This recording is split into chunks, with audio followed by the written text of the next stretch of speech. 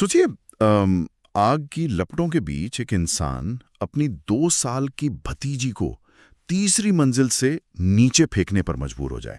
और वो भी सिर्फ इसलिए क्योंकि नीचे खड़ी फायर ब्रिगेड की मशीन ने मतलब ऐन मौके पर काम करना बंद कर दिया।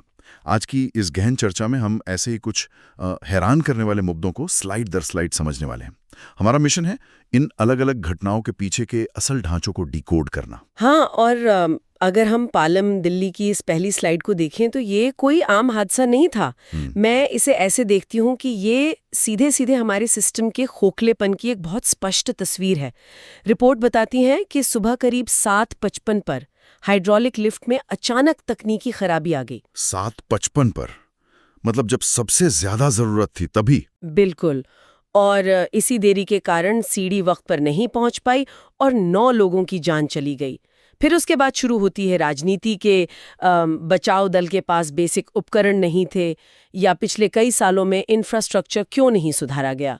इसमें हमें किसी एक पक्ष को दोष नहीं देना है, बल्कि ये देखना है कि जमीनी स्तर पर हमारी आपातकालीन सेवाएं कितने भारी दबाव में टूट रहे हैं। सही कहा।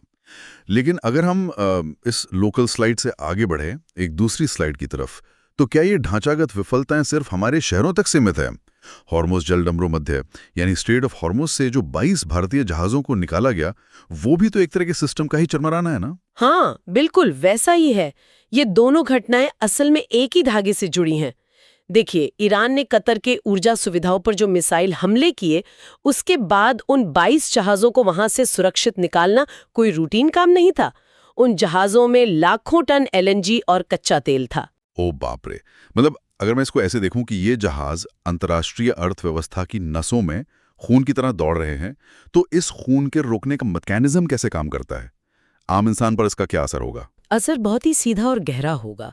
कतर दुनिया के सबसे बड़े गैस रिजर्व्स में से एक है। हम्म। अगर वहां से निकलने वाले व्यापार मार्गों में मतलब थोड़ी सी भी रुकावट आती है, तो ग्लोबल मार्केट में अचानक ईंधन की भारी कमी हो जाएगी। तो इसका मतलब है कि ट्रांसपोर्ट महंगा हो जाएगा? हाँ, ट्रांसपोर्ट महंगा होगा, फैक्ट्रियों में उत्पादन की लागत बढ़ेगी और आखिरकार रसोई गैस से लेकर सब्जियों तक के दाम आसमान छूने लगेंगे।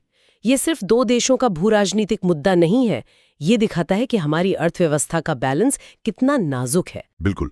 यानी दुनिया भर की सप्लाई चेन भारी तनाव से गुजर रही है। पर अगली स्लाइड में हम जिस तनाव की बात कर रहे हैं वो ज़मीनी सरहदों का नहीं, बल्कि इंसान की अपनी पहचान का है। मैं ट्रांसजेंडर अधिकार बिल में प्रस्तावित बदलावों के बारे में सोच रहा था, और इसका लॉजिक मुझे थोड़ा उलझा रहा है। ये काफी जटिल मुद्दा है। आपको 2014 का नालसा सुप्रीम कोर्ट फैसला तो याद होगा। हाँ, उसमें तो साफ कर दिया गया था कि इंसान जो महसूस करता है वही उसकी पहचान है ना? स्वतः पहचान का अधिकार। तो अब इस नए बिल में अचानक से मेडिकल बोर्ड की क्या जरूरत आ गई? वही तो इस पूरे विवाद की जड़ है। 2014 के फैसले ने सेल्फ आइडेंटिफिकेशन को मौलिक अधिकार माना था, जिसमें किसी सर्जरी या हार्मोनल थेरेपी की शर्त नहीं थी। लेकिन ये नया बिल इस प्रक्रिया को बदल रहा है। ये एक मेडिकल बोर्ड के नेतृत्व वाली प्रमाणन प्रक्रिया पेश करता है और सर्जरी के बाद एक संशोधित प्रमाण पत्र को अनिवार्य बनाता है। वेट, पर इसके पीछे तर्क क्या दिया जा रहा है? कोर्ट के फैसले के बाद नियम बदलने की क्या वजह हो सकती है? देखिए, सरकार का तर्क ये है कि इससे उन लोगों के अधिकारों की रक्षा होगी जो वास्तव में जैविक कारणों से सामाजिक बहिष्कार का सामना करते हैं, ताकि सिस्टम का कोई गलत फायदा न उठा सके। अच्छा, मतलब मिसयूज रोकने के लिए। हाँ, लेकिन दूसरी तरफ समुदाय के कार्यकर्ताओं का कहना है कि मेडिकल बोर्ड की अनिवार्यता इंसान की व्यक्तिगत स्वायत्तता यानी अपनी पहचान खुद चुनने की आज़ादी के बिल्कुल खिलाफ है। ये मूल रूप से मेडिकल प्रमाणन के जरिए सिस्टम को रेगुलेट करने की कोशिश और इंसानी आज़ादी के बीच का टकराव है। दोनों ही पक्षों के अपने अपने बहुत मजबूत तर्क हैं। ये तो वही बात हो गई कि सिस्टम हर चीज को अपने तरीके से परिभाषित और नियंत्रित करना चाहता है। लेकिन जब हम अपनी आखिरी स्लाइड पर आते हैं, तो लगता है कि प्रकृति के सामने नियंत्रण की ये कोशिश कितनी बौनी है। मेंढक और उभयचर प्रजातियां अचानक से गायब क्यों हो रही हैं? अगर हम इन्हें प्रकृति की चेक इंजन लाइट माने, तो आम इंसान को इस लाइट के जलने से क्यों घबराना चाहिए? क्योंकि जब इंजन की लाइट जलती है तो उसका सीधा मतलब होता है कि पूरा इकोसिस्टम क्रैश होने वाला है। भारत में 450 से अधिक उभयचर प्रजातियां हैं। 450, वाओ। हाँ, और पहले इन्हें एक फंगल बीमारी से खतरा था, पर अब मैकेनिज्म पूरी तरह बदल चुका है। करीब 39% प्रजातियों के लिए जलवायु परिवर्तन और 37% के लिए जंगलों का कटना सबसे बड़ा खतरा बन गया है। तो क्या ये सिर्फ ग्लोबल वार्मिंग और गर्मी बढ़ने का असर है या कुछ और भी है? देखिए, सिर्फ गर्मी नहीं है। सबसे बड़ी समस्या है मौसम के चक्र का अनिश्चित होना। मेंढकों का पूरा जीवन चक्र पानी पर निर्भर करता है। अगर बेमौसम बारिश हो या लंबा सूखा पड़ जाए तो उनका प्रजनन चक्र यानी ब्रीडिंग साइकिल पूरी तरह तबाह हो जाता है। राइट। और जब उनकी आबादी घटती है तो फूड चेन टूट जाती है। बिल्कुल। इसका सीधा असर हमारे जंगलों और जल स्रोतों पर पड़ता है, जो तेजी से नष्ट होने लगते हैं और पूरी खाद्य श्रृंखला बिखरने लगती है।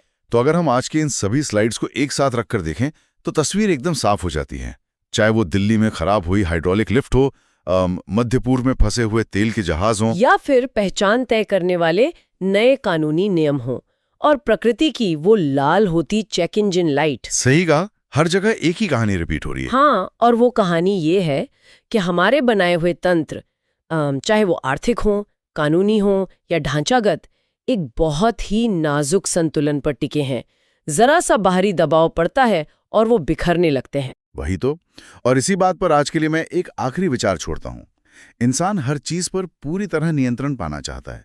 आग बुझाने की मशीनों पर, दुनिया भर के व्यापार मार्गों पर, मानवीय पहचान के नियमों पर और यहाँ तक कि प्रकृति के चक्र पर भी।